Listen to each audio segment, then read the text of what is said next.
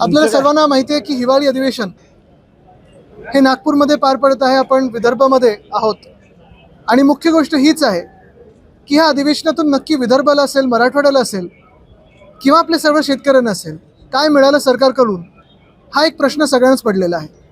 आज सकाळी देखील पक्षप्रमुख उद्धव साहेबांनी हाच प्रश्न विचारला की मुख्यमंत्री सहायता निधीमध्ये 100 कोटीहून अधिक शेतकऱ्यांच्या मदतीसाठी आल्यानंतर देखील फक्त 75,000 रुपये हे वितरित केले गेलेले आहेत असं RTI मधून कळलेलं आहे. आणि ही माहिती ही खरी असते असं आपण पकडून चालत असतो. एकंदर जर पाहिलं तर घोषणांचा पाऊस पडत आहे, होर्डिंग सगळीकडे लागतील, पण खऱ्या अर्थाने जनतेला काय मिळत आहे हा प्रश्न आपल्या सर्वांना पडला असेल तसं आम्हाला देखील पडलेला आहे. काल जो विरोधी पक्षाचा प्रस्ताव होता त्याच्यात आम्ही काही महत्त्वाचे विषय मांडलेत, मुद्दे मांडलेले आहेत आणि काही मागण्याही केलेल्या आहेत. प्रामुख्याने जे मुंबईमध्ये SRA योजना आहे, स्लम रिहॅबिलिटेशन योजना जी आहे, त्याच्यात आम्ही मागणी केलेली आहे की 305 वरनं जवळपास 500 स्क्वेअर फुटापर्यंत ही जी घरं आहेत ती असायला पाहिजेत. तसंच ग्राउंड+1 हे रेग्युलराईज झालं पाहिजे.